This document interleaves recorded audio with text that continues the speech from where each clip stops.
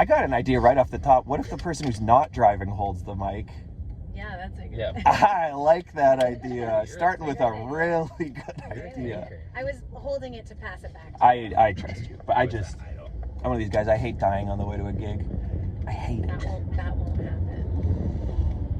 Rule follower. Yeah, I know. Famously my vibe. It'll definitely fall off at some point when I make like a fast decision. Yeah. And you're thinking you will? I mean... No, keep that. And welcome back to another episode of 11 Wins Podcast. I'm your host, Ellevan. My name's Winnie. And today we have a very special guest. He gave me a gig that we're driving to right now, so he's forever special in my heart. he's hilarious. We've seen him locally at Puff Mama's thing. He's going to be recording his first special, right? Yeah. Coming up this February month. 21st. February 21st. At Second City. In Toronto. Put your hands together for Kyle! Bergstresser! Thank you. Do people listening to your podcast clap? Yes. They have their headphones in and they're like walking to the and they clap. This is part of the transition because we used to say put your joints up. Oh, I see. So now we're not yeah, now that it's a stoners. driving podcast, you can't do that. Exactly. So this is our first episode back, and we decided to, since the name change, and we decided to use this time in the car going to Niagara for this remote gig that Kyle has gotten. And this is just fun, and you're hilarious, man, and we've seen you a bunch, and So why don't we start with a little bit of your comedy background, because you've been doing this for a while. Yeah, I don't know how to count COVID, but Right. you could call it 10 years, but I don't like to. Once you hit that long, you kind of just stop saying how many years because it makes you feel bad. Not like terrible, but you're just like, you know what I mean? To a non-comedian, you're like, well, 10 years, you should be famous. Why are you not famous? But everyone always says like it takes at least 10 years. That's the thing. What did you do during COVID? Did you do the Zoom shows? I did a couple, and then I tell the story all the time. I tried a few. They were all bad. They're not for me.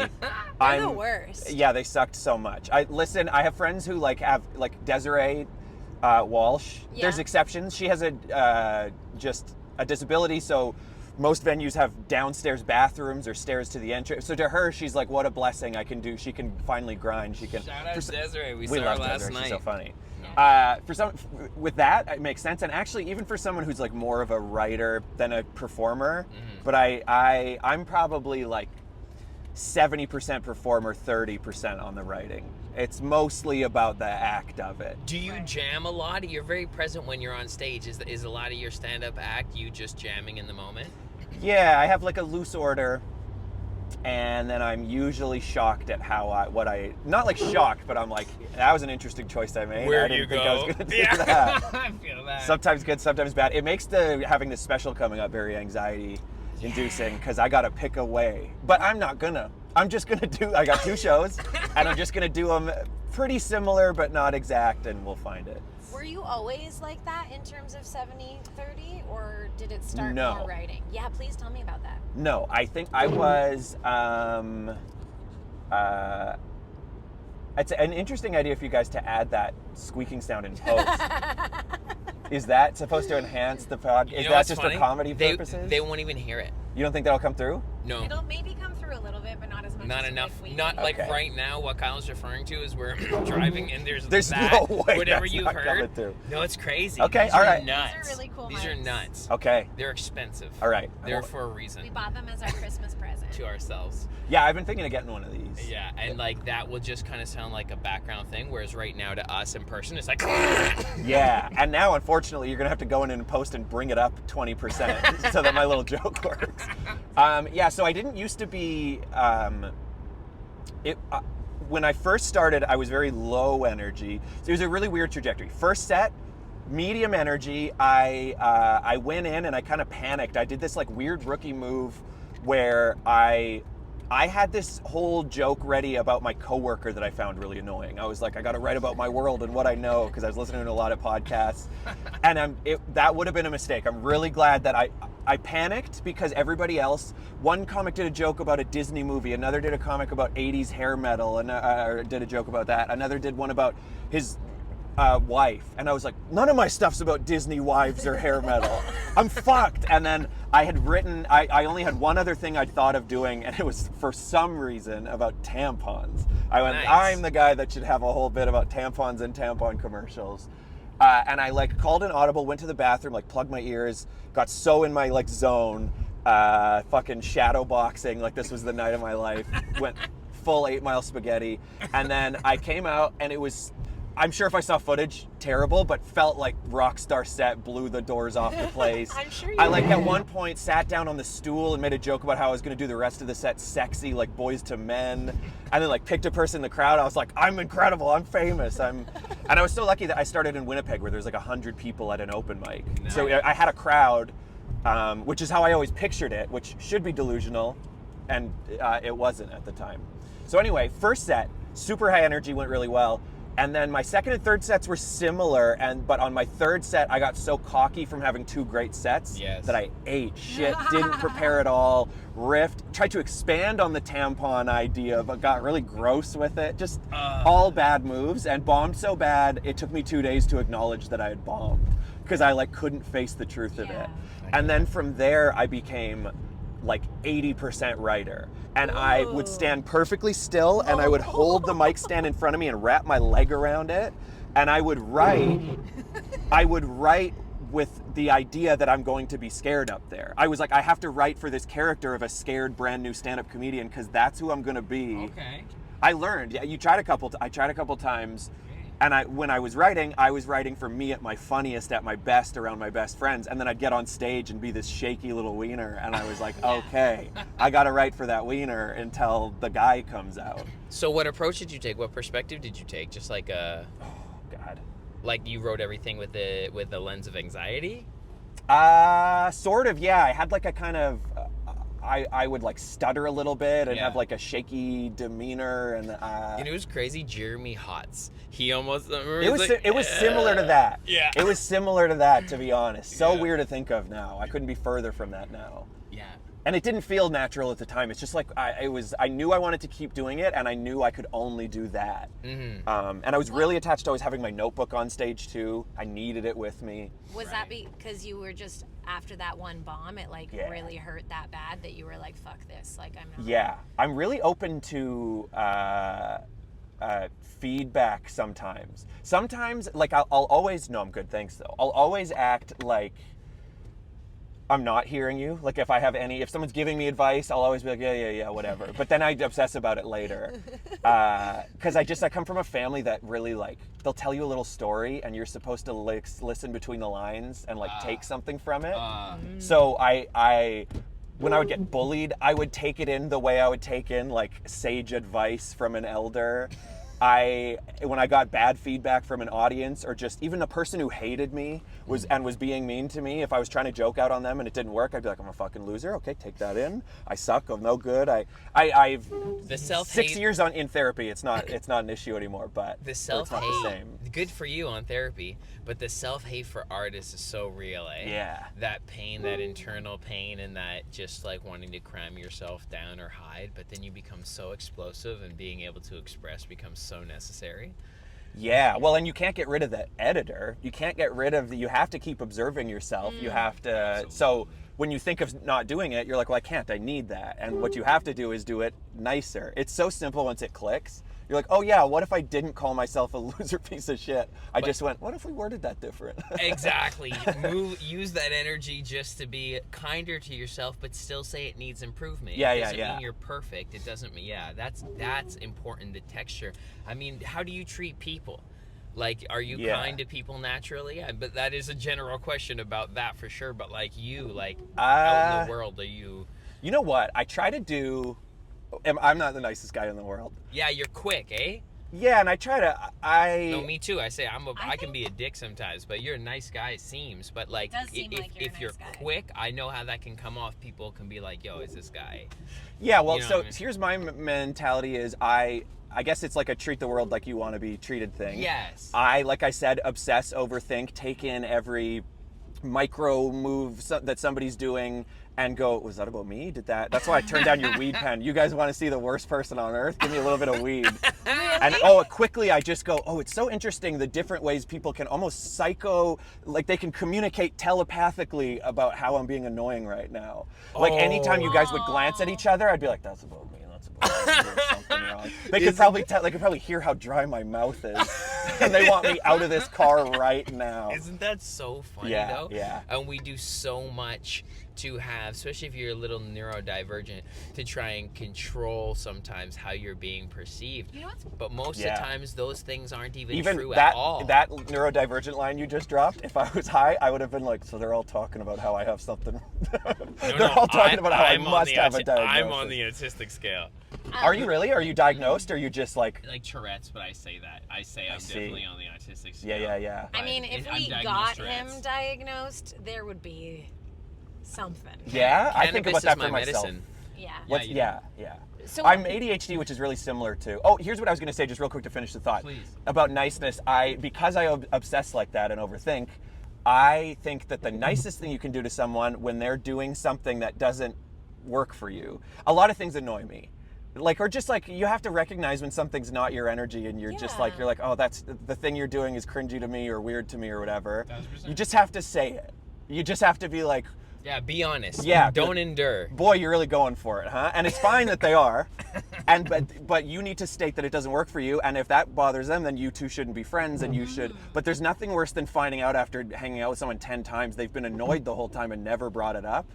Because I'm so annoying. And I know I am. And I'm fine with it. And the people who like me love me enough to power through it and find charm in it. Not everyone can like you. Yeah. You would be exhausted. Yeah. Like, imagine if everyone liked you. I can't. You can't, because it would be so tiring. It would be 24 hours a day you'd be talking to people. Yeah. I don't got to deal with that. Do you guys ever have the fantasy, though, of walking around your neighborhood, giving everybody a high five? Oh, yeah. Yeah. I dream about that. There in the movie Something About Mary. Yeah.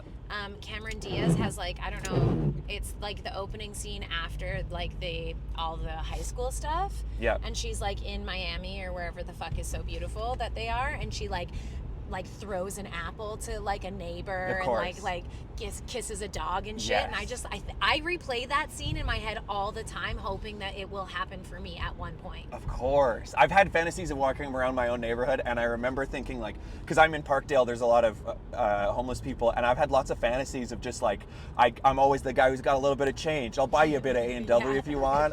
And then I've legitimately imagined myself somehow having a Nerf football and tossing it to one of the dudes, and then he throws it back, and I go, take it easy, Jerry. I keep walking. And then what ends up happening is I did buy one of these guys an A&W hamburger, and 1 minute later he went, hey, can I have a couple of bucks? And I was like, I just got you.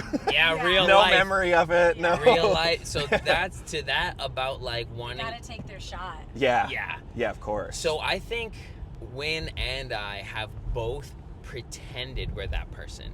I have. Of course. Well, you just have a day where you're really on, and you go, what if this was just me all the time? Exactly. By the way, this cut out. And you do. Okay, cool. Yeah. I think it's probably full. But yeah, it's you realize that it's not even worth faking it. To your point, some people are gonna love you for the right reasons. Yeah. Some people are just not gonna be the cup of tea. But it's a certain amount of courage that you have to be honest. And that's where you can get in your head about me knowing you're neurodivergent. You're honest. And a lot of people are squared and programmed to society that there's no way they'd even be honest. They're taught to endure and keep their personal feelings down. And so you're living as an artist, you're living honestly, and that's so much more difficult than just going with the flizzity flow and having friends you don't like. Yeah, and I mean, no, truly, man. Well, and I think anybody who, when I hear somebody say that they are honest and they tell people, I go, oh, I am, but not all the time. There's plenty of days. So I always try to say that too. Yeah. That is not every day. But like that's me at my best. When I'm around someone, I'll point out when something's like not for me, but I also, you have to not do it so much that you're like making the person feel like shit. You don't want to feel like you're bullying them. 1000%. You don't want to be like, you're wrong. Yeah. Give me an example. I'm trying to think of a good example. You drinking buddies. Like, you don't need drinking buddies. They're not adding to your life, right? Like the people that you connect with are strategic or add to your happiness in your heart, but the rest of those people that may be social pressurized to connect with, sure. Fuck it. Is that what you mean? Sort of. I mean, I'm a drinks guy. I like drinking buddies, but a certain type. I have to just feel out. They just, I don't know. Yeah, it's like you're around them and they make you laugh a lot and you like their takes on things but then if I'm around someone who, good example, I don't really think I have the mind of like a stand-up comedian per se, because a lot of the time I'm around stand-ups, I hate how often they're riffing and how they're riffing. Usually it does not work for me. And close friend of mine, I'm sure we all know and love him, Keith Andrews, one time told me, he said that I'm like the masked magician of jokes, because whenever someone makes a joke, I go, oh yeah, you notice those two words are similar, huh? Pretty good. Because just sometimes that type of thing just doesn't do anything for me. I'm not a puns guy. I'm not a wordplay guy. You've seen behind the curtain. Yeah. This is like, you can't go up to a chef and impress him with your accoutrement or whatever. It's like a chef just wants to crush a burger after his fine dining. Okay. Sure. Yeah. I guess I just want to know if this translates into like personal relationships, because to me it sounds like you're very comfortable with having hard conversations that maybe like cross boundaries for you. You know what? No, when it becomes, it's like momentum has to play in. I do it in the moment because the idea of, I don't think I've ever in my life been like, can we have a talk? I'll avoid that all my life. Yeah, yes. Dude. My girlfriend, at 100% of the talks we've had, she has started. And I'm glad it happens, and it takes me 5 minutes to settle in. I'm wrestling, playing a game on my phone, being like a little boy that's in trouble the whole time. And then 5 minutes in, I'm like, it's really good you did that. We needed to have that talk. I always feel better after. It's not even like, I'll see in the long run, it's good. I feel great after. The emotional intelligence clicks in once it's done, but yes. Yeah, but you gotta shove me into it. It'll never just happen. Okay. That's great. And that's with like personal friendships and stuff Everything. as well? Yeah, romantic relationships, personal friendships, like comedy friendships, any of that. But in the moment, say your friend is being racist or something. Sure. That's an extreme. Yeah. I didn't want that an extreme example, because No. Let me picture I'm hanging out with some of my racist friends. Yeah, you guys are at your KKK meeting, high-fiving, having those beers you were talking about. Totally. Okay. And you would, I'm assuming that you're not racist. Thank you. That's from finally. Everybody assumes I am, and I gotta prove I'm not. That's really nice to start out there. I hope I don't blow this. I'm gonna, you know what I'm gonna do now? So here's what I'm gonna say a slur by accident. I can feel it. I'm gonna go to mix two words together and not realize that those two words mixed together are an existing slur. Well, now you've said it, so. Oh God, I'm gonna do it. So it is. Okay, finish your thought. So I guess what I'm hearing is that like you're super neurotic and think a lot about things, but you also say things like in the moment, and those don't really. I don't know how those go together. Yeah, we aren't we just full of contradictions? Yeah. You're right, because absolutely I have both of those things. Right. I think Okay.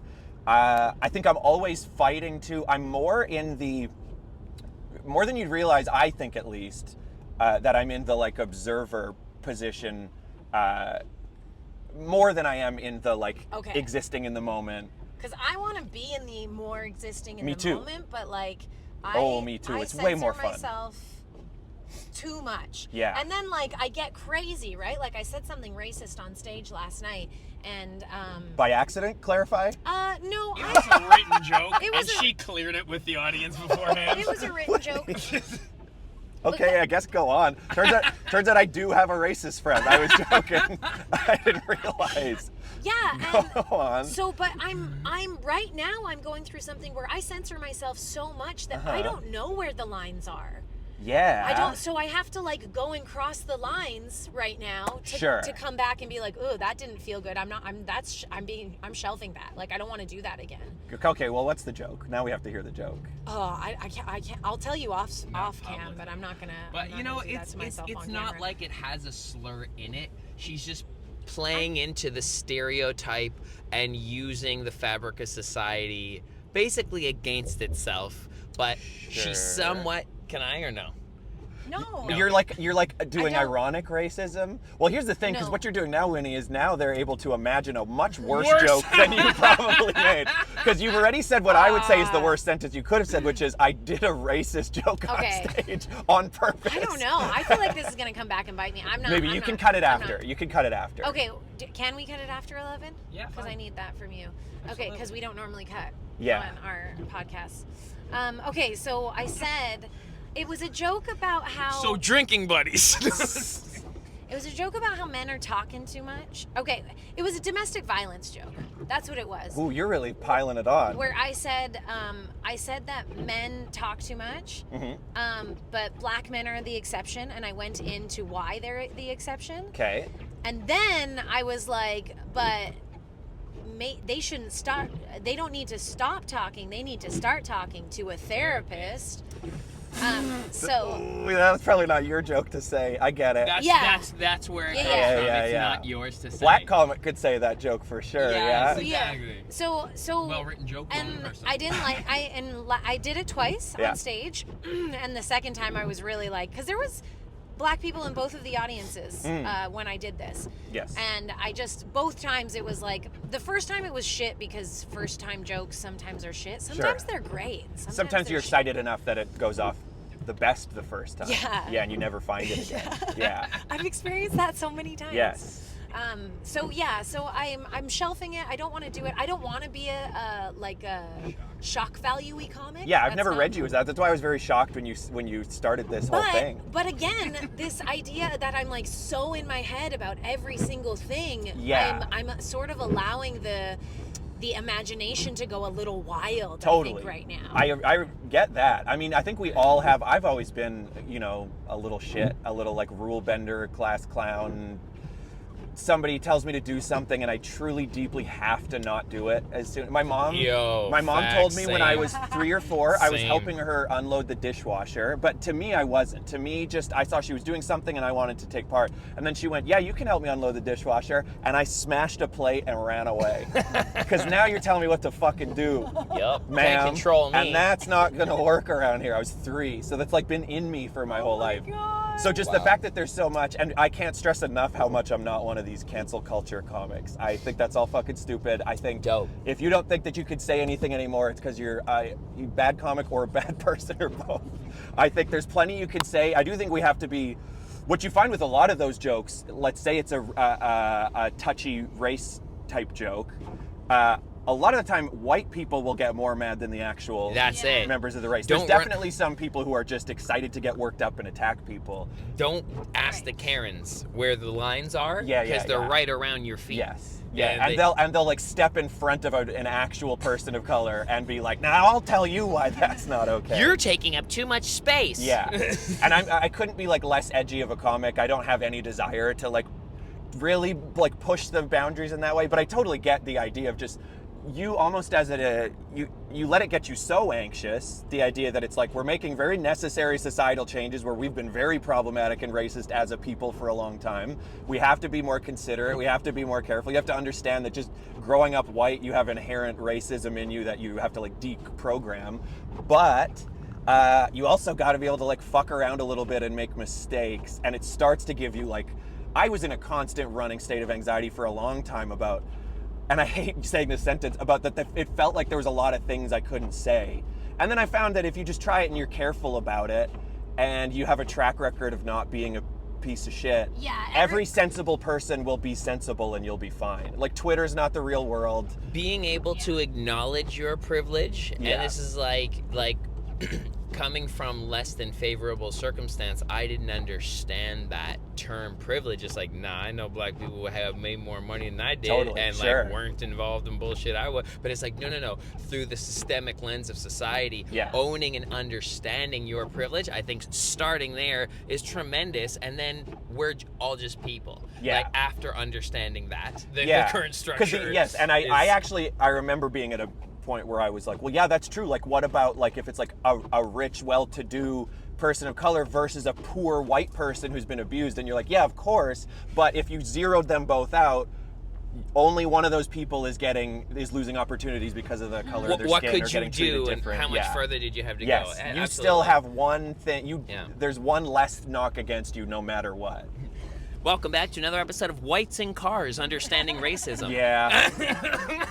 Please, we gotta move on. I don't Yeah, want so good, bro. Let's move on, but yeah, This is I good just shit. out of my damn depth here. think We're just trying to clean up Winnie's mess right now. We're just trying to everyone get was cool. uncanceled. We're good. Everyone was fucking cool about it, and you're right. Like I don't do these types of jokes, and probably not gonna explore much further. Honestly, Sure.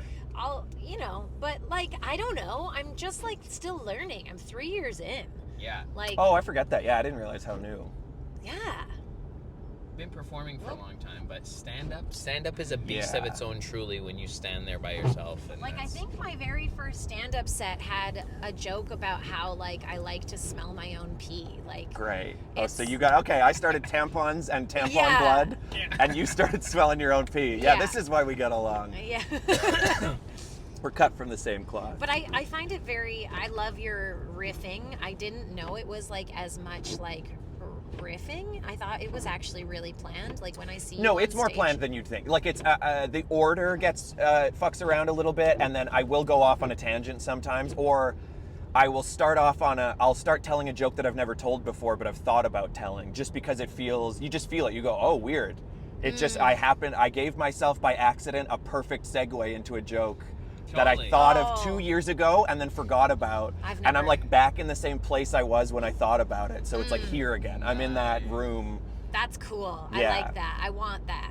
Yeah, I would say it took me 6-7 years to get to that place. Yeah. They say I'm stealing. We're all stealing metaphors from people, but it was somebody said. I think it was Nick Kroll actually. You Love have him. to. Your first few years are just about getting to the point where you can take the mic out of the stand without going, "Pretty cool, I took the mic out of the stand." And then it's all like a metaphor on that. You're doing versions of that the whole way, where you can do a riff without being like, "Wow, I riffed up there." Like you have to Right. just be existing the whole time, and then after you can maybe get into it. Existing. Yeah. So hard to just exist. Who knew? Yeah, because it's fucking nerve-wracking up there. It also, you can relax into the moment more when you have explored more of like almost like the Akashic records. Like, okay, I went over here, donut shops. I've over the years, as you said, I had this joke 2 years ago. Yeah. I've lived life in the idea of being a writing about life comedian. Of course, now when I go into donut shops, the same way with me, like understanding what rhymes, single syllable O, single syllable A, Sure, single syllable sure. I. I've thought about it 300 times. So Yeah, of course, yeah. when on stage, I'm faced with that transition opportunity you're saying as comedians. Of course, I have a storage, I have a backup. Yeah, and you have to take it. And isn't it kind of easier to like maybe, and some people are wired different. I think for some people it's like they can do it really well when they're calm, and then when it's a really intense situation they can't. And I kind of work like when I watched Free Solo, I was like, that makes sense to me. I need the adrenaline puts me in the moment. I can't be in the moment in a totally calm, Well, it feels chill scenario. It's I new. need to feel like I could fucking die. Yes, it's intense. So it's familiar or not. Yeah. I look at the present access through like, yes, you can get like shocked into 1,000% adrenaline on high, but also through the present you can find a familiarity with, oh, I'm going here again. We're going to entertain people. Like, you know what you're doing. Do you have any pre-show rituals that you do, or? Yeah, like nothing, it's not a system of any kind, but I will, ideal scenario, I think of the set maybe the day before, if not that morning. Then I just go, it's tougher when it's a long set like this, like I'm doing, I think 30 to 45 tonight. Nice. But on a shorter set, you'll think of it maybe that morning, and then you let it pop in your head later in the day, but don't really get into it. Because for me, once I start, then I'm like, and then I'm doing it. And then it's really hard to come out of it because it's like a bit of an anxious place. And then I gotta have a shower just for the sake of thinking about it and talking it out in the shower. Dude, the shower is Yeah. the sacred space. It's the most important part for me. And again, I would say it was about year 7 or 8 where I was able to be like, whoa, I did it like the shower. Yeah. Like I did it on stage the way I did it in the shower. Yo. God, you're crushing in the shower. Totally. God, you're funny in the shower. You're But it totally- never, that guy doesn't come out on stage. Bro, the nudity helps. The You think? being Yeah. nothing, for Yeah. sure. I got over stage anxiety in a big way when I decided to just go to Hanlon's and like just go Sure. completely bare, because I do it on show day too sometimes, because it's like, fuck being nervous when you get up in front of people. Fuck that. Yeah. Because what are you so scared of? They're gonna get to know you. They're gonna see you. You're up in front of someone you're wanting to be seen. They're gonna really fucking see you. Get ready for that. Whatever that means. So it's like, I think the shower, you're so free. You're not thinking about the clothes you're wearing or who you are in society. You're like almost in a meditative state, and water therapy is soothing. Yeah, there's something about the water for sure. I've if the nudity thing's playing in, I've definitely never thought of that. Like it's happening in the background if it is for me. That's You're bare. You're stripped down. Sure. But the water therapy is definitely the flow. The flow of the shower comes off of you. yeah, and it's just a really it's because I have ADHD. Who doesn't? I know. Who doesn't have fucking anything I right think now? I We all know. have 7 I things. actually think we all have something. We do. This is just the first time that people are learning about it. As long Yeah, as it's true, not it's true. chlamydia. Like But- our parents. Oh my god. Our parents have stuff. All of going our on. parents have stuff and they'll never admit it. Yeah. My dad's just very particular about how you put the cups away. But he's got nothing. Yeah. Don't worry. It's totally normal to think like that, Pop. I hate this story, but I love my dad, but he definitely has something like OCD or something, and whatever. For sure. You know what? The thing is, the people who refuse to get medicated or diagnosed generally have figured out a coping mechanism that works. Yeah. So he's living. He's fine. He's always on the go. He's always got a project going. He's whatever he has, he's managing it. But it used to really bug him when my toenails weren't clipped properly, and so then he would just clip them for me. He would just be like, "Oh, that's driving me nuts," and he'd go get a nail clipper. We'd just be like watching like Mad TV or something, and which was our family show, and then he'd come clip my toenails. Look And what I I did. need to be clear, this is started at when I was like a little toddler, and I remember being on a trip that I brought my high school girlfriend along with, and we were already out of high school. I think I was 18. She was 17, and my dad came to clip my toenails. I was watching, I think it was the roast of Bob Saget, like, so I was just like fully an adult. And I remember being like, wow, Norm Macdonald's doing something so alt and interesting right now. I love this. My dad's cutting my toenails, and my girlfriend was sitting and stood up. She was so mortified by what she was seeing. And I had no capacity to understand why it was weird. And she like she had found out I'd like cheated on her, pulled me into the hallway and was like, what was that? What was that? And I was like, you're being crazy. But then for like weeks I thought about it. I'm like, I guess that's kind of weird. Oh yeah, that is interesting, bro. I've never heard Aw. that. That's hilarious. So there was no more Yeah, those are bonding time. She took my bonding time with my poppy away from me. You should throw him It's a bone abuse. every now and again. Yeah, no, when I go back and visit, I go feet out. First thing when I get home, even midwinter, I come in flip-flops. They're long and yellow. And I come in, I come in clicking them like this, and I go, Daddy, your boy is home. Oh my God. Yeah, and then I just lay down in my kitchen, feet up like this, both feet up. And he comes running in like a puppy dog. He gets Is at this it. facts? Is he actually doing Like, this is crazy. That's hilarious. That's Is this fucking in your funny. I would in never. your And special? kinda gross. It's a little gross. In like a funny way. No, Yeah, this I is would not do that. hilarious. That That's a hilarious story. It gets That me. should make the special. You think? All right, I'll try it out tonight. We'll see. But that your girlfriend His thing was the toenails thing, are eh? So interesting. Like she was like choked. But, oh yeah, yes they are, and yes she was. Yeah, she hated it, and then she told all of our friends. And then and when she, you know what? I actually, if I'm remembering right, that's when it clicked. when I realized we were among our friends, and she was like, so when I was on the trip and I realized the story she was about to tell, I went, oh, it is weird. I get that it's weird. I'm embarrassed. Yeah. All of my peers are here. I understand now. You're taking a thing from my safe little house life and you're bringing it out to my group of mean friends that I play Halo with, where we call each other the F slur and bitch.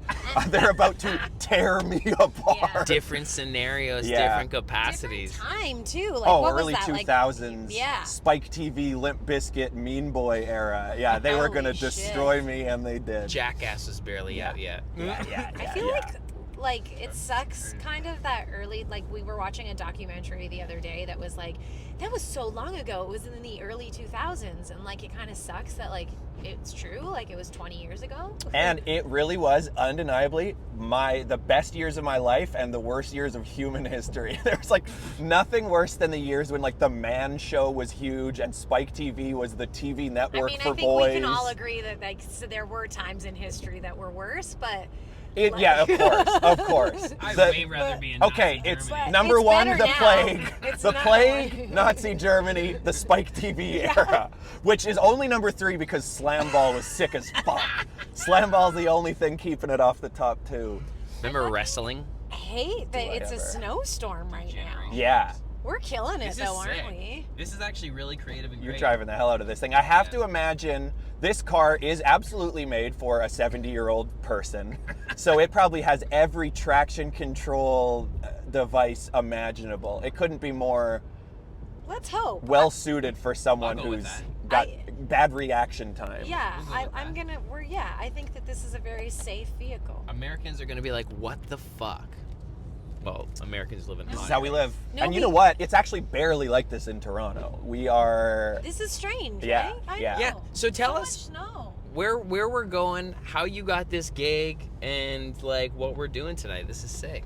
We're going to Niagara Falls, Ontario, which is so cool. I'm from Winnipeg, and Niagara Falls just has the like grimy little... I love that little city. I love it too. It sucks It's in the Vegas. perfect way. Yeah, it's shitty Vegas. There's 2 of everything there, or sometimes 3, which is so funny. It's just a very transparent. You don't have to have a good business plan there because there's enough tourists coming through. The strip could be so cool, and it's so It's in the 90s. shitty, but it's in the best way. Like all those like arcade games that you can kind of ride, amazing.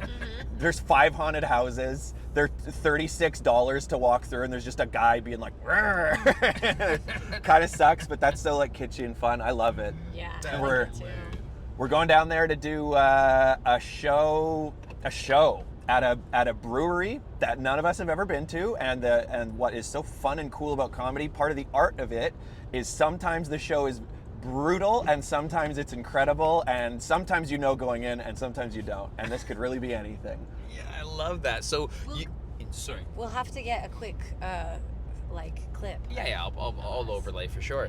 But so that's great. So you how did you meet this? Because this is a fascinating thing. We talked to a lot of folks on the pod about like how they built up their comedy career and the routes that you can take. Did you just reach out cold call to these guys? Do they know of you? Did you put a package together? You send them a video? Or because this is great, like you take the leap and bound to go to a venue you've never been before just for like the Yeah. you know, how did that happen? You just kind of, you know what? Stick around and you'll have more connections than you realize. It's in a really nice way. I'm recording my album in February, and February 21st, I know we already plugged it, at the John Candy Box Theater at Second City. By the way, they told me I can't say it's at Second City. They're not presenting it because they're like, what if this guy's a monster and our name is attached to wow. him? So Okay. I am being graciously allowed to rent the John Candy Box Theater, which happens to be located in the same building and within the same business structure as the Second City. And the tickets are sold at thesekondcity.com. So it's very much through them, but it's not for legal reasons. And Wow. as part of prepping What for a that, team player you are. yeah, I'm doing what I gotta do. As part of prepping for that, I just kind of reached out one day. I went, I guess I'm going to need a lot of stage time. And we kind of all know as comedians, even though everybody now is recording an album, it's not quite the like special event it used to be.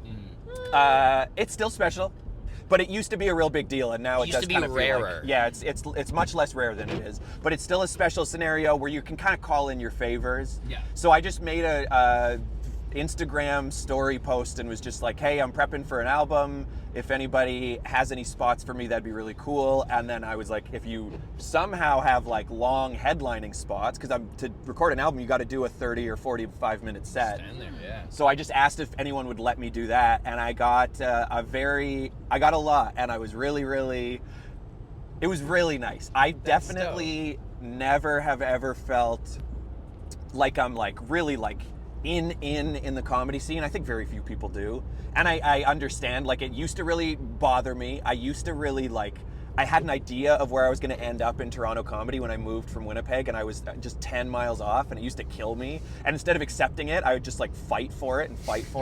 And there's no energy that is worse for people, it's for you to ingratiate with, than like, please let me in. Yeah. So I was coming in with all the wrong vibes. So, and I think I kind of have found my place now, and it's like I'm casual acquaintances with a lot of people. I'm close with some, and I do have, when I think about it, I have a lot of close friends, or people I at least like get along really well with. But I was not sure, and then I was really scared I was going to make that post and get nothing, and I got So a ton of shows. you took a chance, you did it, and you reached out, and then so this bar reached out to you? It's run by two comedians who I've kind of worked with before. The one only once years ago, like pre-COVID. Okay. And then the other she's a comedian. So it's Levi Mann and Allie Moore. In some capacity run this. I really don't And understand. they got totally the venue and they invited you. So Yeah, Allie Moore reached out to me, and Levi had remembered me, and he was happy to put me up. And you know what? You don't find out a lot of how it came together, but they just said, how about January 28th? Is that what today is? Whatever it is. Yeah. And I said, yeah. Fuck yeah. Yeah. So and you generate excitement for yourself as an artist and a brand for people too when they know that you're doing something. And it's all about that momentous, I call it like the campaign rollout. Like, this is a spot for you before your album taping. So there's that buzz that happens in the peripherals of like, oh, Kyle's doing stuff. You know, and it's like, they don't even know exactly, because like, it's like 80% of your network is just going to like be aware. Yes. You know, like, that's just generally like who buys tickets to like our shows. Like, it's this, like, community's this big, but like the actual people who do something about it, we say, the core fans or the core supporters, they'll be like, okay, they'll come, but it's also how it looks. So it's like, it's building optics. It's like part of building a brand kind of as a person. So kudos to you for making that happen for yourself. Hey, thank you. Yeah, You're right. I think 80% of the reason we share a poster is not for fans to come out. It's to be like, I'm doing shit. I'm out here. Look at this. I'm out here. Exactly. I resent it so much, and I fight it so much, but the longer you're in it, the easier it gets, and you go, you know what, like, still don't lose your soul, don't make that the most important thing. That's why I fight it, is I'm worried it'll slippery slope, ego's very tricky, it'll all of a sudden start to mean more and more to you. Because you share the poster and you hope people notice and you hope it makes a difference, and then maybe someone goes, oh, I see you've been doing a lot, and then you start to go, oh, now that's nice, I have some proof, and then you go a while where nobody says you've been doing a lot, and you go, maybe I should share more posters, and then you start kind of digging for it, and you're like, you want people to think you're doing a lot, so you bring it up in conversation, and you go, yeah, well, I was out of town the other day, and then I got another couple shows coming up, and then you slippery slope, So all of a I sudden think you're that that the trick slimy on that showbiz greaseball. Not to let the good, so by the time that happens, you'll be so far ahead that it won't even matter. But you can't let the good affect how you really feel about yourself and your self-worth, or the bad. So it's like, you start to get to a point where you just play with the poster, and then like you're almost playing with it. But I know how you feel, and we talk about that a lot, where we attach our self-worth to people's perception of us as a public facing brand. And that is part of how I fight it, is I will sometimes share a poster and be like, folks, I'm hot shit, I'm better than you, I'm doing more, like, just to lean into it enough. Stories. Yeah. But I just realized maybe right now that I want people to think I'm busy. Of course. And so I'll just share the shit out of things. But I also, I think sometimes people look at my profile and they're like, oh, she could be a bringer. And you get an opportunity. I'm just like, if you do 6 sets a week, you've run out of people after 1 week. Oh my God, yeah. Yeah, even if you are a bringer, the bringer period is quick. It really is, and I wish I would have saved it for later. I know. Nobody does. You can't. And you know what? My first show was an open, like it was a booked open mic, and I brought 16 people. I have a show in February that I'm trying to get around that amount of people, and I'm like, I don't know how I'm going to do this. Yeah. Yeah. They support you. They want you to do well. But I get it too. Whenever I'm trying to promote to people, because I also run trivia, a bunch of trivia events, and good job. The move is supposed to be like, imagine what you would need to see to go out to a trivia event or a comedy show. And I go, I wouldn't fucking do that. Yeah. I don't want to go out to stuff. I want to stay home. I want to. You got to provide more value. That's like what I did with the Paradox live shows. Because of the podcast, I have relationships with like really good flower companies, so the ticket's all inclusive. So when you come to a Paradox live show, you go home with more weed than your ticket costs. Sure. So it's like there you go. I've covered your base costs. Then let us entertain you, and then let's face it, our golden ducats until you're on World Arena tours. I said arena, not Iranian. Arena. Well, you tour. said Iranian, but you meant to I say know, arena. You're right. We can't stop being racial on this cast. No, I love it. Yeah, I have a Persian stepmom. Oh, congrats. Yeah. Thank you. I don't know what that means. I don't know what congrats means. My dad married a Persian woman. I know. I can say it. I'm allowed to say Iranian World Tour because I have a Persian stepmom. Yeah. I have lots of Iranian friends. Oh, anyway, God. No, is our golden ducats here are the content.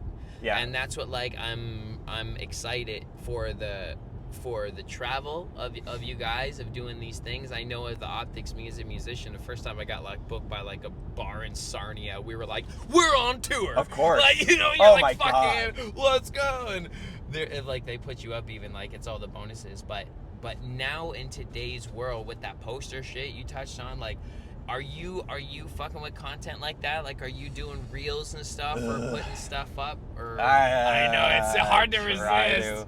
I try to, and I just can't. The momentum of it, the thing is, I like this about myself. I create things when I want to, when it feels right, when it's like I actually have an idea I'm excited about that I want to carry out. Yeah. And when I am putting pressure on myself to make stuff constantly, it so quickly gets. It's not even just that the quality's worse because I have less time. It's because it means less to me. I don't care. I'm not paying attention to it, and I lose perspective on it. Yeah. I think quicker than the average person. Like, that's the thing I had to learn about myself. I can't grind with stand-up, and I can't be putting out content constantly because I very quickly have no perspective on it. I can't see it the way an audience member or a fan or whatever would see it. And then it just completely, then it's just like nothing. And then I see it 6 months later and I go, what the fuck was I doing? When you try to treat it like a business, when you haven't templated or blueprints what your business does, like if you have a message and you stick to that message and you just keep expanding your reach on that message, but until you have that message, it's like, that's what I hear from so many rappers, what does this song matter? This is not going to help anyone's life. I look up some of my past songs, I'm like, you're just rhyming words. Sometimes you're just allowed to party. Sometimes you can just party, but I'm saying, as I'm identifying with where Kyle's coming from, is making content. Almost when you try to sit down and do it, it doesn't knock. But then once you get in that constant flow of just doing it for the fuck of it, yes. Like, just this podcast is lucky because we just get to have a cool conversation and press record. Yeah. Like, and then that's cool. But what you're right, you got to edit. Winnie's been going through that with like InShot. I'm a little bit of like, we have to tighten this up. You know? This edit, but no, I feel you. But so you are mainly building a brand out here for yourself as a performer. Yes, exclusively. I wouldn't call myself a content guy. I wouldn't want someone to call me a content guy. I have some ideas. I of course I think of sketches all the time. Yeah, but then you have to train yourself almost to think of sketches that are really easy and cheap to shoot too. It's like they can't be on the subway, or they can, but it's got to be really anyway. I did two last week for my Instagram, and the first one I was so happy with and proud of and enjoyed. And the second, what was the one where you were sitting in your computer chair? It was, those. I liked that one. Thank you. It was a spoof on, I don't know if you've seen it, but it gets fed to me because I'm a woman and appearance and stuff. But it's like, are you fat and ugly? Like, this one thing will change your life. Like, seriously. Yeah. And then you have to, and I've fallen for it. I've watched 3, 4, even 7-minute videos. I've even gone to the website to like see, like, tell me what the trick is. And when you start watching it, you're like, this fucking charlatan. But then it's a minute in and you're still watching. Yeah, you're like, what's the trick? Yeah. I guess I'll learn the trick, even though I know this is fake, even though I know this is false. Yeah. But I'll learn the trick and I'll try it. And then I just put out like something that's been in my head, and I shot it really quick, and I edited it really quick. Yeah. And I didn't love it, but I was like, no, that was great. I love that one. Oh, okay, the other one. Oh, I see. The next one that I put out. Yeah. Because a comic was like, this was awesome. Now do 2 of these a week. Yeah, and that's just not gonna. And so I was like, okay, let me try, right? Because I get confused with inspiration and discipline sometimes. Like, I feel like I'm a procrastinator. Sure. Like a huge procrastinator. And yeah, hit it however you want. Thanks. Procrastinator. I'm still on the right track, right? You're good, yeah. Okay, cool. And so I was like, so I felt good about just putting something out. Like, that's kind of where I landed on it, where I was like, it's not my best, and it's definitely not better than the last one. Sure. Which sucks, because you always want it to be better Yeah, than and the that's last one. an impossible standard to set too.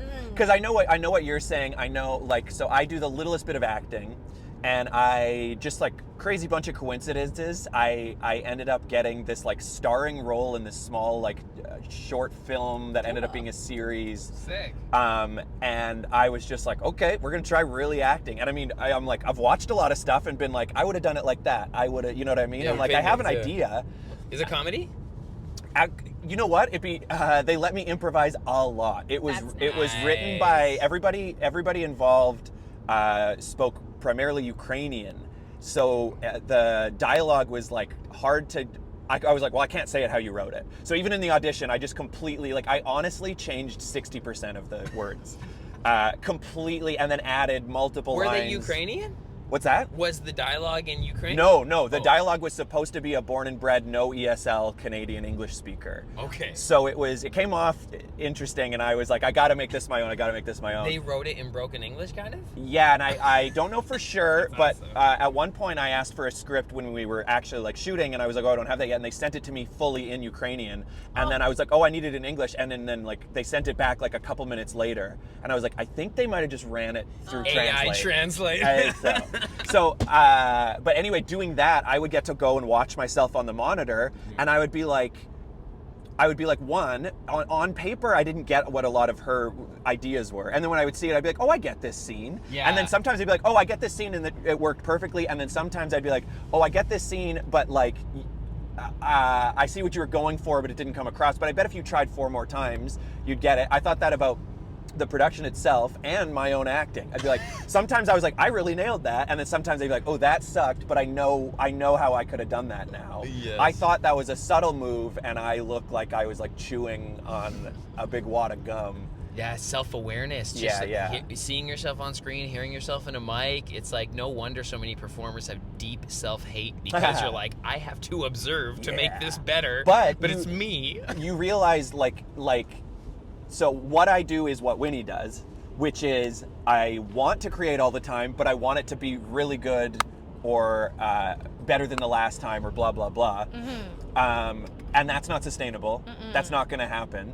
So then what I should be doing is what you are doing, which is let some of it be fine, or even some bad stuff comes out. Yeah. Because the point is, every time you do it, you'll get a little better at it. You'll understand. That's right. That's entirely it. And it's just about the reps. I admire how much work you guys put in as stand-up comedians. I definitely did the same as a musician, but like 10 years ago.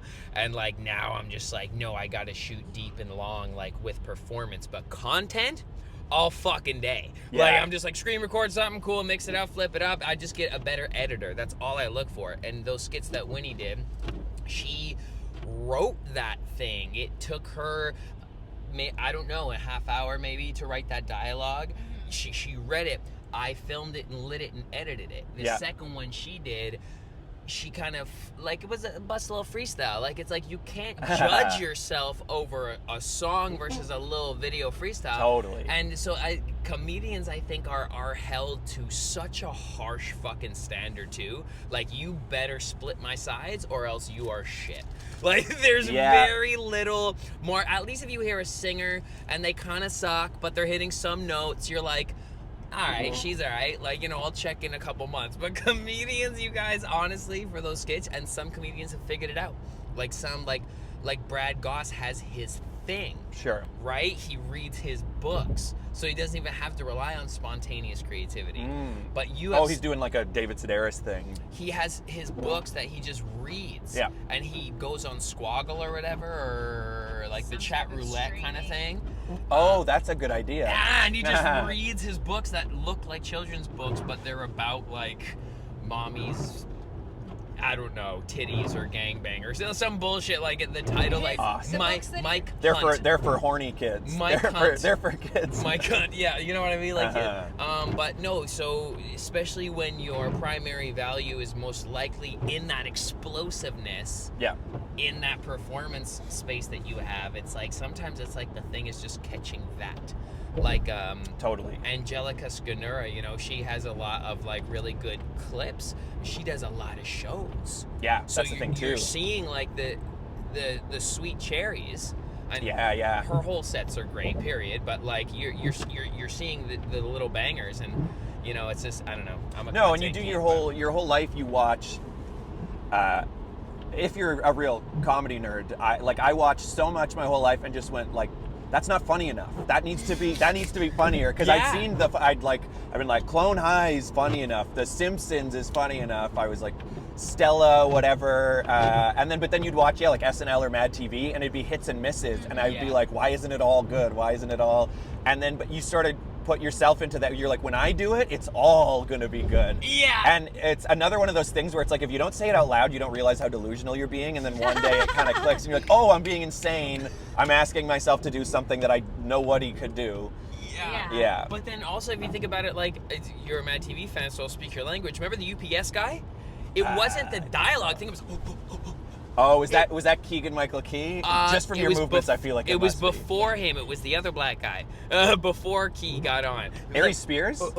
No, Harry Spears was on the same I know time. who you mean. Yes, The other guy. Phil Lamar. Yes, and it was nothing he would say. Sure. It was his. So it's like sometimes that delusion of this could be funny is just built off of your silliness, and you're never quite sure. That's something I've been saying to Winnie lately. As even a person, I'm like, I don't know where my bias ends and reality starts. Totally. I have no idea. You'll never know. No. Okay. Yeah. So I mean, that's good news, because I'm gonna let that fucking go. Then. You'll never know. I mean, you'll get.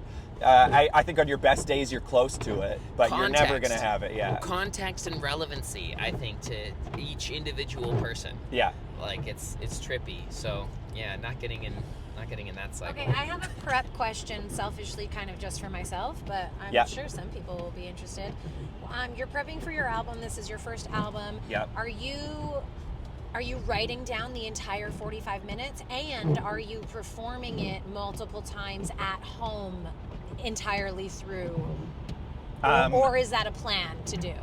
Okay, so I don't think I prep the way. Anytime I talk to people, I find that I do it in a very strange way, where some parts of it are pretty universal. Like today, what I did was I ran through the full 45 minutes on Friday, this last Friday. In your home? No, on stage. On stage. At a show.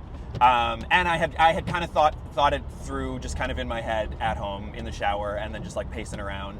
And then that went really well, and like not in great circumstances, big echoey brewery, all the lights on, nearest table 30 feet away. Like they were great, but like the people were great, but the setup was really like, you set you up to fail. It's brutal sometimes, eh? So I was like, oh shit, I'm invincible, and I do it constantly. I broke my arm from that one time. I've bombed so many times from that stupid attitude of like, that's why my third set was I ate shit so bad I couldn't face it, because as soon as it goes well, I go, great, I'm a natural, I never have to work again. And today it was 3:45, and I had not thought about my set once, and I was like, you're being stupid. This is exactly how you get that bomb, and you don't want a huge bomb on a headlining set leading up to your album. So then I just kind of told my girlfriend, I was like, if it's cool, I'm gonna just be in the living room for the next like hour and a bit. Yes. I'm gonna shower, I'm gonna take all my clothes and set them out there. She was in the bedroom working anyway, so I just like closed the door and did that, and then I don't say it all out loud.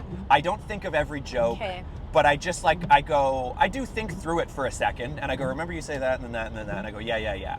And I kind of do like because it's internal, you can do it in 10 minutes, and I just do that 2 or 3 times. Okay. So I'm not saying every word, I'm not even performing it, I'm not. But then it's like if someone would see me, I'm walking around and my lips are moving every now and then. Yeah. I'm like murmuring, and then every now and then I might be like, "Man, you look like you fuck." I might just all of a sudden I'm doing crowd work to nobody in my living room. Totally. And all of my crowd work's about who could fuck and who couldn't. That's famously one of my deals. Yeah, that. And then this is another thing that is, I love to talk about it like I do it all the time, and I honestly almost never do, but when I do, it works great. When I write a bit, I never write it out word for word, because no matter what, I'm not going to do it even close to how I wrote it. Okay. Because the way the place you write from and the place you speak from are so different. Apparently, like, that's actually, like, scientifically, Entirely. the portion of your brain you use for writing and the portion you use for speaking are, like, don't even touch each other. They're not connected. Huh. So when you're trying to say your words exactly as you wrote them, to me, it always sounds like you're reading out of a book, and it's never going to be as good. Yeah. So I gave up on that quick. In my first couple of years, I gave up on that. And then what I do is I write the core elements of it. There's always lines where I can feel it, where I go, that's the line that really makes it work. Like, I know if I don't write this down right now, I'll lose that line, and it'll never work the way I want it to. Anchor. Yes, I got your couple anchor lines and the key thing, and you let yourself get carried away, and I add, like, brackets and be like, make sure when you say it, you do it like this, knowing I'll never read that again. Yeah. But I just kind of need to get it out. And then, this is the part that's crazy, I, above that, will write something I was smelling, or something I had just seen, or what I was looking at, watching, thinking of that made me perfect. think of this idea. Yes. So that I can, like, put myself back there when I'm ready to perform it and be like, I'm not reading what I wrote or even so much remembering it as I am, like, having the thought again. Submersing yourself back in that true state. Yeah. It's like the peripheral things that led you to that inspiration in the first place. Yeah. I'm with you. Plug yourself into those smells. I'm synesthetic musically. Have you Okay. ever heard of this? Yeah, where you Get a hear different colors. impulse. Basically, Yeah. I see colors mentally for sound. So it's like that, I feel like, is that same sort of intuitive approach to Sure. grounding yourself in the realness. So it's like, how could you ever be knocked off the dialogue? Fuck the words. I got the feeling. Yeah. Yeah, dude. And then inevitably what happens, what you're actually doing is you're putting yourself in the same mental space, this, like, orb.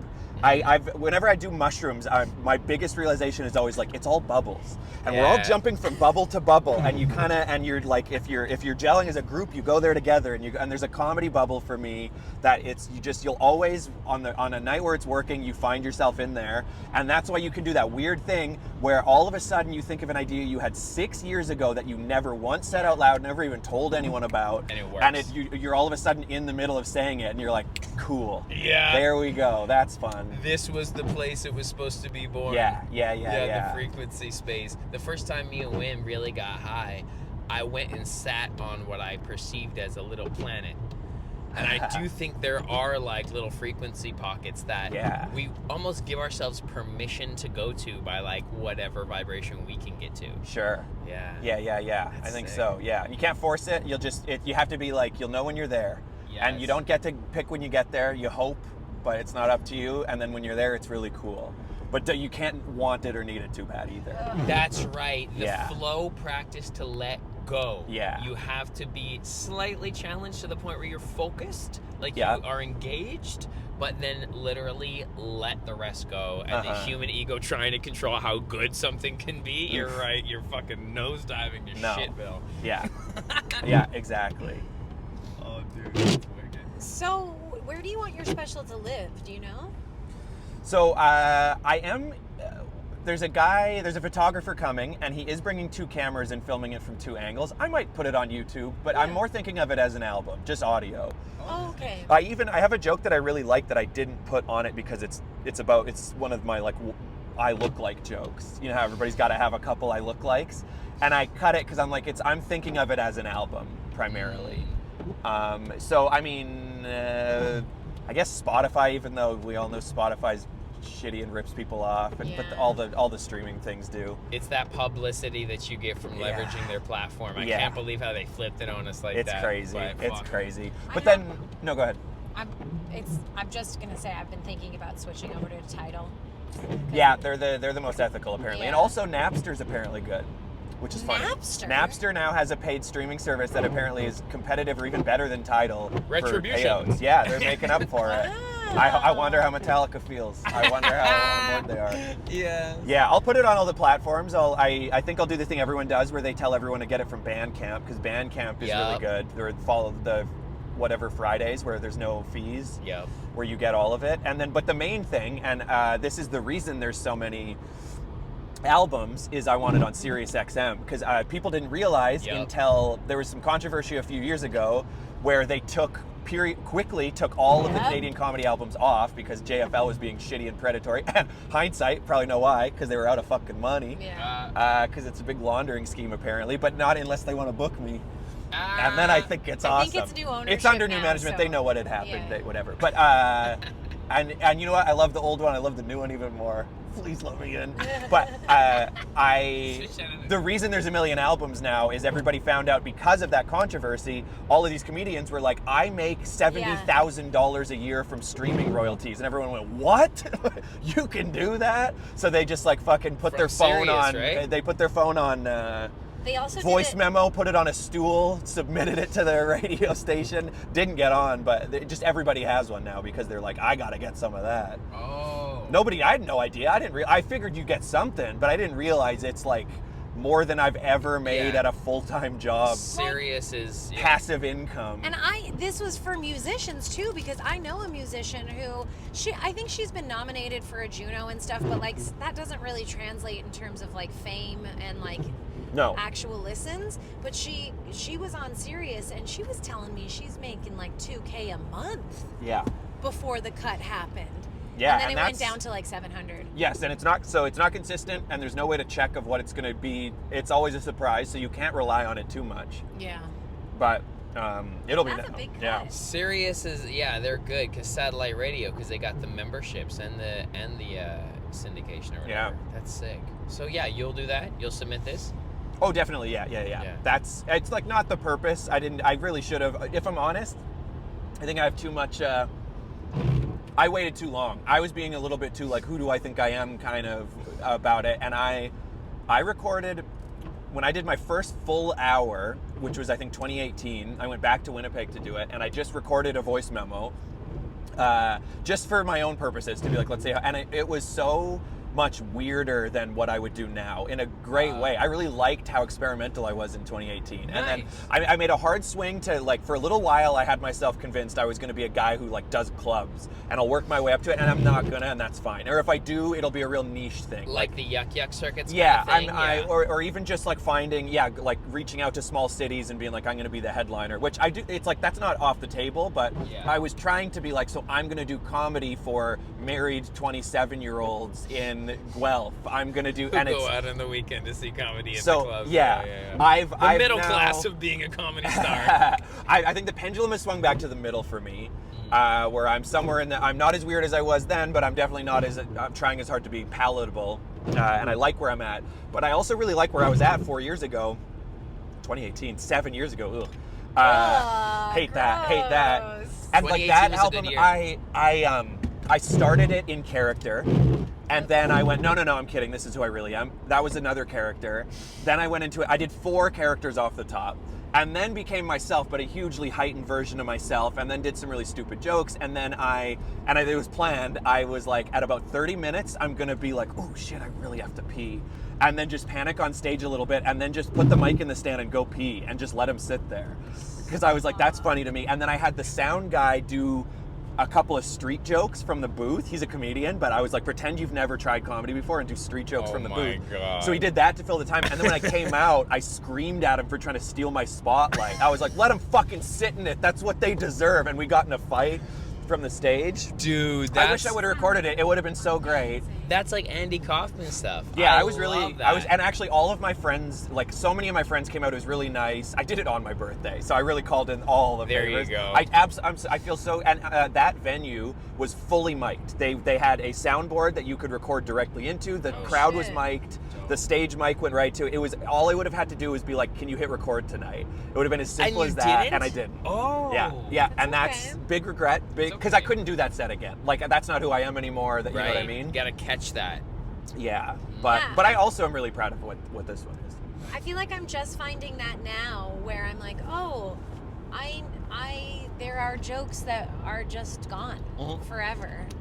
Yeah, you might end up bringing them back, but it'll be because like they click for you in a new way. Yeah, but no, you'll bring them back and you'll tell them different because you're different now and you see it different and you. So do you goal set? Do you want do you have an idea of where you're headed in terms of like what your comedy career looks like? Not incredibly so, no. I was goal good. setting more when I moved here because I mean it's tough to, I didn't move across the country to be like, I'm going to move there and I'm going to hit it big, but I was like, I love comedy. There's a ceiling in Winnipeg. I had not hit it, and some comedians made sure to let me know. Winnipeg's very kind that way. They will really let you know that you're getting too big for your britches. And I was like, okay, so I'm not allowed to move to Toronto. But then regardless, no matter how much I was trying to brush that off, it sunk in for sure. And I was like, God, this better be worth it. And I set a lot of goals and I was like, I want to get on this show and this show. And I saw a group of like alt comics and I was like, I'm going to be in with them. And none of that stuff happened. Drove myself a little nuts, got really anxious. I started behaving absolutely fucking insane, like spiraling way more than I realized, and then drinking to fix it, and then acting even weirder. I don't know. I'm not sure how old you are, but is this in your 20s? Yeah, I'm 35. This was in my 20s. Okay, nice. Late 20s, but yeah. I did this with acting. Okay. I did the exact same thing with acting. I was Yeah. like, please love me. Yeah. So I chameleoned for Yeah. everyone. And you know what? For some people, setting a lofty goal, it's not that no one can set a lofty goal. I had to admit, and maybe in different circumstances it would have been true, because of just the way it went, I don't get to set a goal like that. Because like it just didn't. I have to set a way different goal. And for my yourself. goal, some people are so good at playing the game and hanging out and being, you know what I say about myself, I think my comedy is really good because I think a lot of people don't like hanging out with me and they still throw me on. That's how good my comedy is. I'm not getting booked on the show because I'm a great hang before and after. There you go. Just do your thing. I get along with who I get along with. I'm pretty sure I had be a millionaire by 30 goal. Oh, wow. Yeah. Yeah, I've seen some almost there. vision boards in some apartments that I go, wow. I can't knock you. You got to have goals, but it gives me secondhand anxiety because anytime I've set a lofty goal for myself, it crumbles me. I learned time constraints aren't good for me. Okay. And like big specifics aren't Time constraints good. on like a On goals. long-term goal, yeah. Yeah, that Time constraints are good for me as far as like deadlines to finish something. Right. But yes. Yeah, I would agree with that. The ticking down of I have to get this done is not great. It was paralyzing up to the 30th birthday. Holy shit. Well, have you heard I think it's Dan Harmon says, he's like, it doesn't matter how much time you give a writer to finish a script or write a book, like they're gonna write it in the last 2 weeks. Give them 6 months, give them a year, give them 3 weeks. It's all happening in those last 2 weeks. They might be able to prep for it in some ways and think about it a little bit leading up, but yeah. Also, just like you got to measure the gain, not the gap. We were reading this book, 10x is better than 2x, and it is. Wait, when you say you guys like share a book? Yeah. You guys read it at the same time? We That's read fucking aloud. cute. We read What? aloud, yeah. No, wait, what do you mean? Like- You guys have We like, read out loud. okay, Open you a get under book. one big blanket on your couch over both of your legs. Yes. Hold hands. Or we're genitals. Intersperse fingers like this, but holding the book with the held hand in the middle. I usually That's just a good idea. grab. There's the private part grab, kind of more so. Oh, We're so definitely touching. Grab the yeah. But yeah, so she'll take a chapter, I'll take a chapter, and we were What given. the fuck? You guys are so wholesome. That's adorable. Yeah, bro, and then affirmations and all that shit. the Just hell? because I'll kill myself and everyone around me, really, Yeah. if I don't. Like, I'm too dark. No, not her. And anyone You've else gone and around applied it a little bit. You guys would be a murder duo. me. You know, Natural no. born killer style. Yeah, that would be me. I would not. I Alone. don't want to kill anyone. I'm just very, very dark, actually. I'm a very positive Would person you go on the Breaking surface. Bad wife if he killed someone and you and I have to cover it up for him? Like, begrudgingly, angrily, it will ruin our relationship, but I have to do what I have to do for my You'd baby. hold my hot piece, I would we have say. to hear how it happened. Why did I kill? Crime of Yeah. passion kind of thing you might be able No, to just forgive? he had to go. He had to go. Oh, okay. Sometimes people If it get was in the Business, trunk. between baby. him and the other person, Yeah. so like there's. If it's a life or death. Yeah. If it's Okay, a life or so death, life or I death you probably would. I would. If it's But like, if it was like, I babe, it just was a lost- huge mistake. I got worked up and I didn't mean to, but they're dead. Yeah. You don't forgive know. that? I'm not sure. Okay. she would. Yeah. And then what about his preferred scenario where it was business, babe? He was getting in the way of my rap Put him in career. the trunk. No, just put him in the trunk. No one's gonna know about this. That's all. You think that I would, if you were just like, I just got heated and I couldn't stop punching him and now he's dead, I would cover for you? I would lie to you. I would never tell you that. Yeah, I think. yeah. Like I'd be like, no. He was threatening me. Yeah. I would not. Anyway, I was just saying. Me. I'm sorry. Well, this has been okay. Great. Okay, so you guys read a book together. You guys read a book together to stop you from committing this murder. You seem to have planned, by the way. I do. There's lots of ways to do it. Yeah, that was the norm. That was dark. I'm just kidding. Relax. I'm just saying, very tendencies dark. So we have to keep the reading, the affirmations, the meditation on point. I don't have the luxury of like having a dark moment, and I do, but like just getting over like some self-abuse, like I'll punch myself in the face, like it will become so overwhelming I'll have to hurt myself and like draw blood. That's where we smash. think the neurospicy. Yeah, there's something going on in there. Hey? So I cut open my head by smashing the headphones into my head. It might get overwhelmed because I'll hurt myself before I hurt someone else. But God help anyone that's like pushes that boundary sometimes if I'm in the wrong way. So I really want to always bring love. I always want to bring love. That's been my intention now, to purposely go all the way 200% positivity and give. So that's like when we do these books, we want to grow in our life for sure, but it's also like it is cute, but we have to like remain some discipline on like what I'm doing with my mind. That's 100% true. I share that just because I feel like you know how it is to get caught in a spiral in terms of energy. So it's like it could go either way, very positive or very dark, but in this book reading, back to the book, we do read this 10x is better than 2x is in this, is it the author? Dan Sullivan? He says, measure the gain, not the gap. So if you have a goal and it's like you gave yourself 5 years to do it, you didn't do it. But on the way to even attempting to try to do that, you have accomplished a bunch of things along the way that you wouldn't have even come close to unless you set that large goal for yourself. So us as humans, we constantly measure the gap, which is what we're missing. It's the rest of that money on that million that you didn't have by 30. But if you didn't have that idea of yourself, maybe you wouldn't have pursued an actor because or something. You know what I'm saying? Like measure the gain, not the gap. It's a good tool. I went dark there. I'm sorry. No. I get it. I like that. I feel like though. I'll get out here. Oh my God. I feel like though, the be a millionaire by 30 was so empty.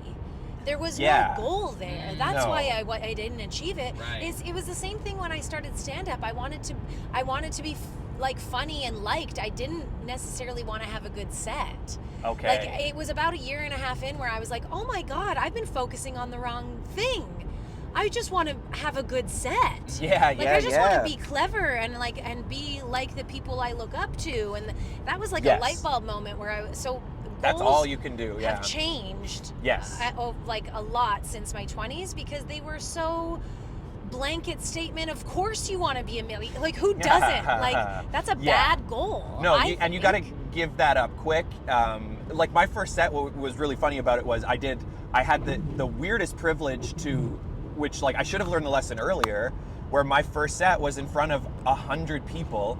Which is exactly how I pictured it. That's not how your first set's supposed to go, but I was delusional and then the delusion came through.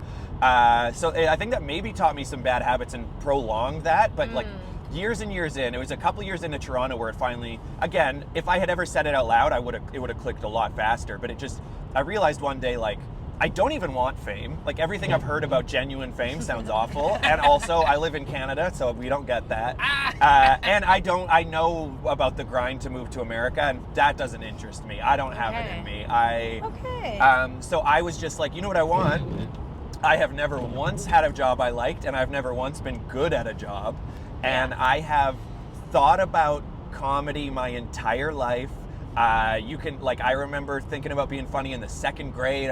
My uncle showed me the Far Side comics and cool. Deep Thoughts by Jack Handy and stuff when I was like a little kid, and I was just like, I love this. I've seen every member of my family and extended family like laugh till they cry, and I've always been like, that's the best. And the older I get, the more I'm like, that's so, like, I didn't realize how that's not what everybody's situation is. No.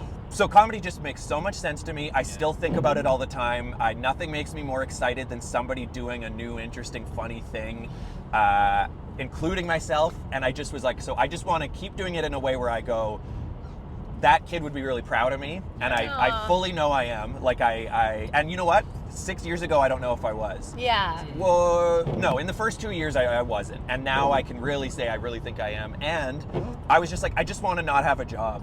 And I got there too. I do trivia and I do comedy. Fuck yeah. I'm not super broke.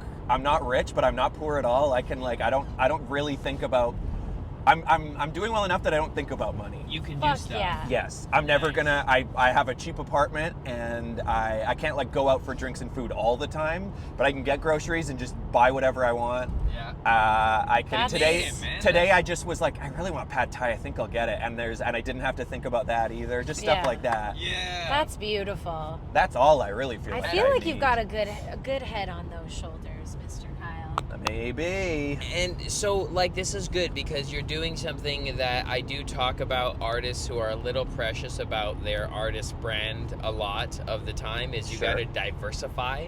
And that's, you said you got a trivia hustle.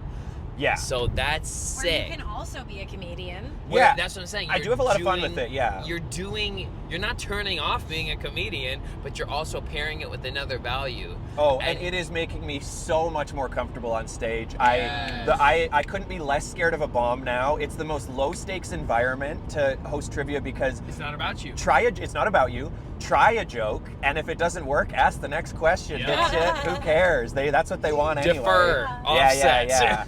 So it's like the most low stakes crowd work thing. In comedy, if you try a joke and it doesn't work, you have to try another joke. And your Isn't that reputation scary? is one more click down from and the they crowd. trust you less than they did a minute ago, Yeah. and so this next joke better be even better than that last one. So you've obviously understood how to package value and present that to a client like a venue. Or were you found by I a don't management? Are you the host of trivia Yeah. and paid as a performer, or Yeah. did you? Okay. It's all me, baby. I have no business sense. I am not good at sending those emails and making those phone calls. I'm better now than I've ever been. I do understand the business now.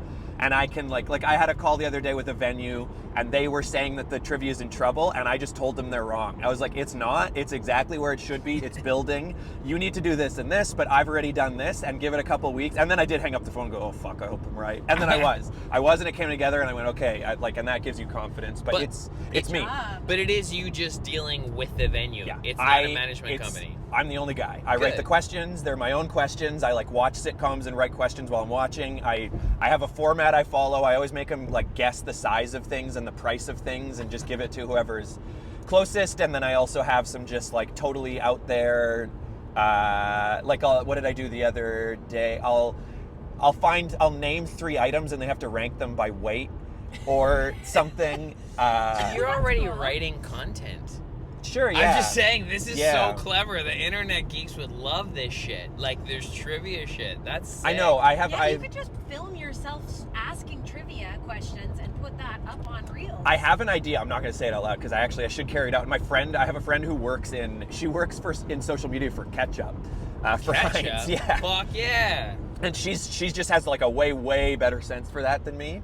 Shout out Sarah London. And she gave me a great idea that is absolutely right about how to do like a trivia thing on TikTok. Nice. That I am going to do, and I've been telling her I'm going to do it, and it's been like 6 months, and I will do it sometime. Yeah. I have a thing that has been, it's like been 18 months now. Yeah. And I just haven't memorized it. But what's the plan? It's on my mind every day. Yes, I know, to right? create it. Yeah. But I never do it. It's a couple's reel. It's a Wayne Dyer. Do you know who Wayne Dyer is? I've heard the name. He was like a philosopher and an author, basically. Okay. He's transitioned now. He's up in the Joe whatever. Alan Watts. Yeah. He's in that space. Okay. And so it's just a like a lip sync kind of about Sure. how people, when you're in close proximity in a close relationship, if they drive you crazy, they're your best teacher. And it's really funny, and I think it could be really funny to do Sure. with this guy. But Oh But yeah, I just haven't done it. It's a been... specific type of like hippie who's gonna love that. Yes. You know what I mean? That's just like they're I'm not that besmirching hippie. the message. We are the Yes. mindful hippie. Yes, they're still respecting the message, but Yeah. they're finding a little bit of humor. And boy, your partner can get on your nerves Yeah. sometimes, can't they? Is that true? That's Yeah. great. It's such a sellable kind of comedy. Yeah. Yeah. Yeah, that's not going to be one of those knee slappers. It's going to be one of those like, that's going to get you a bunch of followers. Yeah, is exactly. what that's going to That's do. what we're aiming for. People Yeah, yeah. buy into So it's the. taken me 18 months. Of course, And I haven't done it because yet. you well, and then that's the thing, because you're like, because this will be our shot, and then it won't, and then you're gonna be like, fuck, I waited so long on that, Is he? and it did not need to mean that much. Yeah, funny. but like knowing how to create those additional streams of revenue while you're still being a performer, and also knowing how to like package things, that's the thing. Even like the famous, you know, musicians or comedians, you learn later that they've had things like that, or they sell books as well, or there's other things. It's not always just like Madison Square Yeah. Garden shows once a year and that's how they have It's also a 4 lot cars. of secret day jobs. It's a lot of Toronto has more than I've realized of. I thought most of the comedians just did comedy for a living, and they all have day jobs, which was true in Winnipeg too, but they talked about their day jobs. Yeah. I knew where everyone worked, and here no one says it because they're keeping up the brand of comedian, which is a wild move, even amongst their like peers, because they want their peers to believe it too. It's really weird. You made it, man. Like, that's what I'm saying. You really went this slow and steady route, because fist over dollar shit, you can't depend on those big, and yes, they No. come in. Yes, they come in. But like, you're right, to have your own hustle, that's what you got to do. Yeah, and it just fell in my lap. Oh, God, this guy's really moving over. Sorry, Semi tried to kill us. You already said he doesn't want to die on the way. Woo, he crossed the line and everything. We've been wrestling for like 20 You and kilometers this guy. or Oh no, something. please do not make enemies with us. I'm not trying to. He just reminds me that I should go faster. No, it's Yeah, me yeah. filming Kyle's talking to. Yeah. think we need to wrap up. Oh yeah, sick. An hour and a half. We're fucking killing it. Yeah. Oh, we went What were crazy. you gonna say about undercover comedians with jobs or whatever? Well, you talk about your yoga stuff. I do, but I could call myself a full-time artist. You almost got Sure. to. I call myself a full-time artist, but I do gig work, and I have like a steady job. Like Yes, and job. every full-time artist has little side gigs that they take, and Yeah. and you know what? And just to bring up back to a point you guys talked about earlier, but like not knowing about the gap, not the game. yes, that like the trivia thing fell in my lap. I just Joey Harlem handed me a trivia night, I just love gave me him. one. The man changed my fucking Joey. life. He's performed at a Rhythm and Flow. Oh yeah, I think. Yeah. we love him. We love him. He had a bunch Hilarious. of commercial money, so he's like Hilarious. he's like I have nothing to gain. He's like, I just want to help comics because I don't think comics get enough help. He's the man. Handed me a trivia night. I said no. I said sounds dweeby. I don't want to do it. I'm not interested. He asked me again, told me what it would pay. He's like, it'd be $175 a pop, which was the venue ended up not being able to afford that. But I was like, all right, okay. That's good. And then he promised he'd write all the questions. We love Joey Harlem. He wrote all the questions for 1 week, Yeah. maybe two. He's like, just reuse these. Yeah. He was like, just reuse them or write new ones. I was like, well, I can't reuse them because there's regulars. So, Yeah. and then I went, this isn't that hard, and it's actually more fun than I thought. And I get it. I think I could get pretty good at this. And then after a while, I started doing a moving job that I liked the people, but I hated the job. And I was like, I need people. like moving apartments. Yeah, it's so bad. It's not like for me you at think all. of it, you're like, oh, it's like a workout, but No, it's not. It's you you're get to hurting your back, not getting stronger. Smell people's Yeah. shit, like. Yeah, everybody hates moving, and you do it twice a day at this job. So I was like, I got to do this less. I hate it so much. And I told my boss every day. He knows. And actually, he asked me today to help him on a move, and I was like, sorry, absolutely not. I'm going for pad thai, Yeah, bitch. sorry. Sorry. Anyway, because I'm trying to make this quick. I just realized I want to do that less, so I'll just get more trivia. And then I got another one, and I was like, I can drop a shift. And then I was like, is it crazy? Could I do 3 and just not work there at all Yes. anymore? And then I got that going, and then I lean more on the trivia than the comedy, but it just kind of came together. And then another crazy thing is, I went to broadcasting school right out of high school. I think I wanted to do comedy, but was scared, and radio felt like an achievable version of that. Yeah. Because there's a steady paycheck. Quickly found out I hated it, but I tried it out. Was on air at a little AM country station for a while, and did not like it at all. But I had that, and then years go by. I also, long story, but used to race motocross. Did it for years. Was decent, but had no hope in hell, that not even checks close out of for like you. What? of like going pro. Motocross? Yeah, it was pretty good, but like local good. On Like a I could dirt have bike? never. Yeah. That's sick. Yeah, and it was really fun. I still love it. It's still my favorite sport, but I can't. I've got 5 concussions. I can't do it anymore. Oh shit. So then one day I'm watching TV. Oh, and also I right when I moved to Ontario, I got total miracle of a thing. Just got offered to host a travel show and did 4 seasons of that. Just like on a small Eastlink TV, it's called. That's sick. And then one day I'm watching the Canadian motocross races on TV, and I just was like, I noticed they didn't have a field reporter, and I was like, shit, I wonder if I could like scam my way into that. And then I went, no, that wouldn't be scamming. I have a broadcasting degree. giving back. I've hosted 4 seasons of a TV show. I'm a comedian semi-professionally, like I do it most of the way for a living, and a you know trivia host. motocross. And I've raced motocross for 20 years. I was like, I'm so cut out for it. Didn't end up panning out. The guy in charge was just, he strung me along for a while and then was like, I think we're good. He never even gave me a tryout, which was a bit of a bummer. But that was such a lesson of, I could have never planned for that. I mean, I could have, but I did not. Yeah. I just was doing things that felt like the thing to do. And then all of a sudden I was like, holy shit, I have every credential necessary for this job.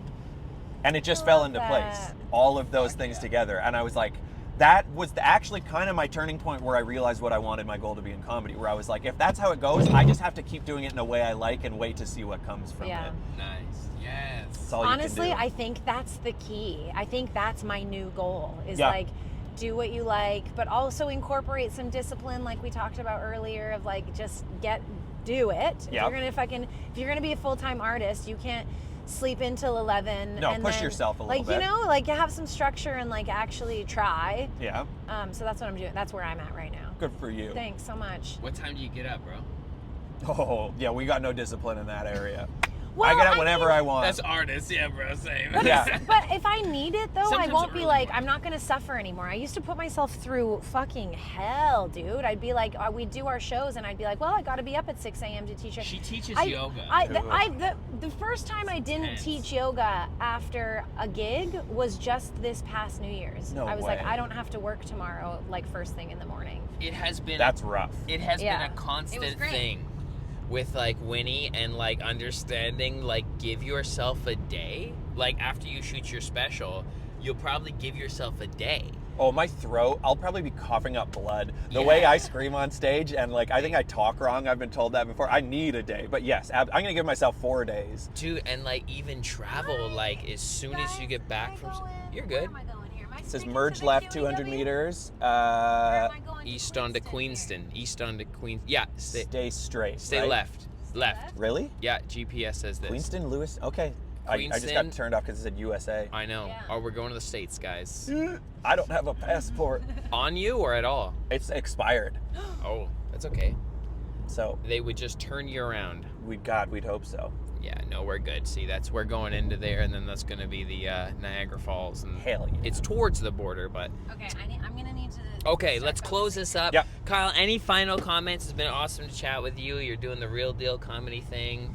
Besides where people can find you, any closing comments? Come to my album recording February 21st at the John Candy Box Theater, which happens to be located inside the building where Second City is located, and they are affiliated, but they are not directly producing. They are indirectly producing my album. Tickets can be found on secondcity.com, and that's a coincidence. They're not in charge of it, but they're letting me do it there. You should also come to my show on February 20th, though. Sorry.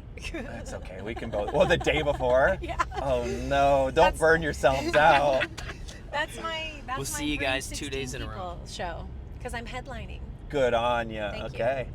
All Okay. right. Anyways, love you guys. Love. That was a really subscribe. great conversation. At points, I forgot we were doing a podcast. Isn't that nice? That So is good. nice. Appreciate Very you. Cool, Much Kyle. love. Thank you. Oh yeah, and where can people find you on the internets? Instagram's best. That's where I'm putting most of my energy. At Kyle_Bergstresser. Just start spelling it and then look for a guy who looks like me. We'll put it. Yeah. We'll link it everywhere. Yeah. Love it. Much love. Cheers, y'all. Bye. Bye. Welcome to Winnie Clark, everyone. Thank you so Great much. setup. Thank you. Niagara Falls!